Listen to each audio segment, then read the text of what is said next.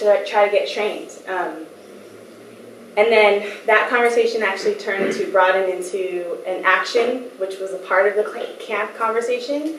And then because of scheduling, the action actually came first, and I'll talk more in detail about what that action is. That's our August 15th action against Chevron. And then it kind of turned into this series of events from August 15th to the Convergence, is what we ended up calling it, the climate camp, which happened last month. This month we have October 24th. And then in November, we're going to be celebrating on November 30th. Some people are calling N30 for short. Yeah, so that's kind of a little bit more context generally. Pass it back over to Ananda, who will talk more about the national debate. Yeah, so as what came clear in some of these discussions, as Ellen was saying to us, is in order to rally local power and really bring together this broad coalition-based effort to counter corporate power in these climate arenas, we started discussing what was necessary, like where could we best really intersect and intervene with corporate power, and it became evident in our choice of Chevron that some of the best fights were the fights in our backyard. I wanted to just interject here some discussion about what's happening federally with the climate policy in DC. Most of you are probably familiar with terms like Waxman-Markey, Boxer-Kerry. Various climate bills are passing through Congress right now. Earlier this summer, the House passed the Waxman-Markey bill, led by our own California Representative Waxman and Massachusetts Representative Kerry, Waxman and Markey, and basically it's a bill that some of you are familiar with, the term cap and trade. It's centered around this notion that a lot of our emissions reductions here in the US could be met through a carbon trading regime, which would, on one hand, cap emissions, industrial emissions, on the other hand, allow the major emitters to offset their emissions in this trading mechanism, and again, it's an issue that I won't go into detail here, but later on I'd be happy to talk to people about it. It's come under a lot of criticism from civil society, because what we've estimated is that the offset credits alone, which creates the largest offsets regime in the world, would actually prevent any real emissions reductions from taking place for the next 20 years. So essentially, we would never meet any of those, even the weak targets. Earlier on, we talked about targets, emissions reduction targets, and as you know, in Copenhagen, the standardized, or the responsibility for what they call Annex 1, or developed countries, is set for 80% emissions reductions by the year 2050 in order for us to stabilize the climate. Now, when you look at the differentiated responsibility, or the responsibility per nation state, as is indicated by their carbon footprint, so the per capita emissions of the US would require the US, in order for that to be met by Annex 1 countries, for the US to actually reduce its emissions by between 90 and 95% by 2050. The Waxman-Markey bill targets something in the range of, when it's drawn out to 2050, something in the range of 60 to 70%. It says far below those goals, and what sells it short at the start is the whole offset regime that's introduced in this bill. There's a host of other problems with this bill, including the fact that this bill will actually allow 40 new coal power plants to be built.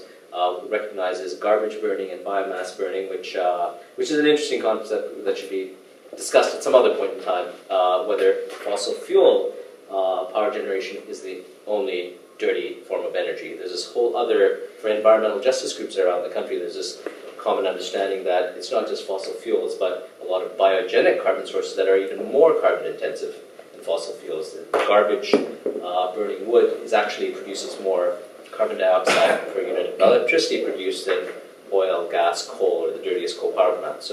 And these, again, are power generation facilities that happen to be located in the poorest communities, in indigenous communities, people of color communities around the US. So there's a whole host of problems with these climate bills passing through Congress. The most recent version that came out through the Senate, the Boxer-Kerry bill, is pretty much modeled after the House bill, with a few small improvements. However, we can expect it to be weakened further, and it brings us back to the point in DC, how much clout or how much political influence do public interest groups really have? In a recent visit that I made to DC with a group of environmental justice organizations, community groups. We were informed when we got there that on our specific issue, the industry had been there months ahead of us and had already offered a significant amount. We've been digging up what kind of, financial linkages they have, and really, it's when you look at the odds internationally. Of course, the odds are huge. We could never compete with the Chevrons and the PG&Es at the international forum. But even in DC, for every community-based voice, you can clearly imagine how there are thousands of lobbyists paid full time to be there to ensure that the interests of PG&E and Chevron are upheld in these policy arenas. So back to the local fight. Which are all very interconnected, because really any climate policy that happens at the national level, those regulations are being put on corporations who are really in our own backyard. So those are actually really going to be felt. The impacts are really going to be felt on the ground, which is why we chose Richmond for a lot of reasons.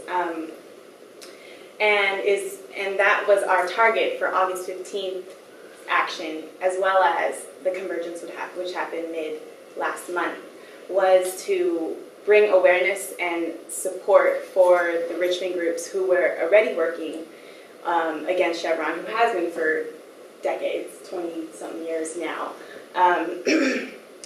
and as well as supporting our principle of pushing or opposition for corporations out of Copenhagen. So August 15th and the convergence both had the goals and principles of, one, corporations out of Copenhagen, like I said, and two, cap the crude in Richmond, or at Chevron in Richmond. In other words, capping the amount and the type of crude oil that's refined at the Richmond refinery. And I don't know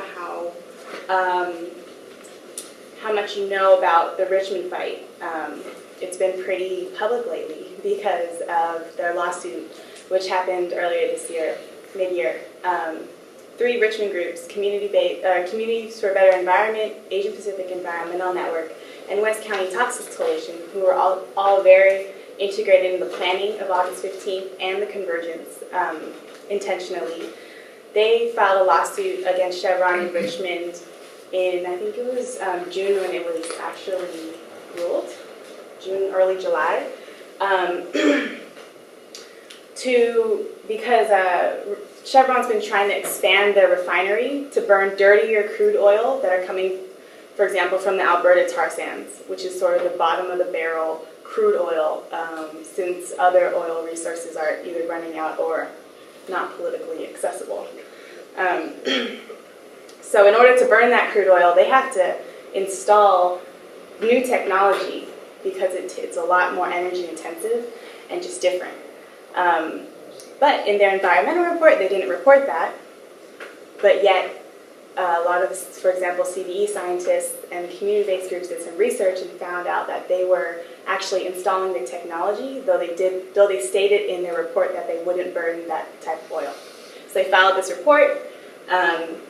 The court actually ruled in their favor, which was a significant victory for the community.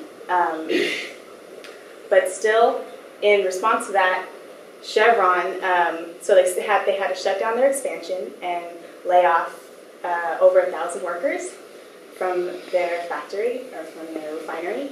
And in response, Chevron created this other political media ploy to pit the workers and local labor organizers against the community groups, saying it's their fault that you were laid off. So at all of the shareholders meetings and public hearings, they were sending these workers and organizing these workers to go and protest against the community groups. So it's kind of a weird dynamic. And so on top of the goals of cap crude and corporations out of Copenhagen, another kind of goal for us that got added on because of from our conversations with the community groups was to support their campaign to come out visibly in solidarity with labor. So that also ended up being in our messaging.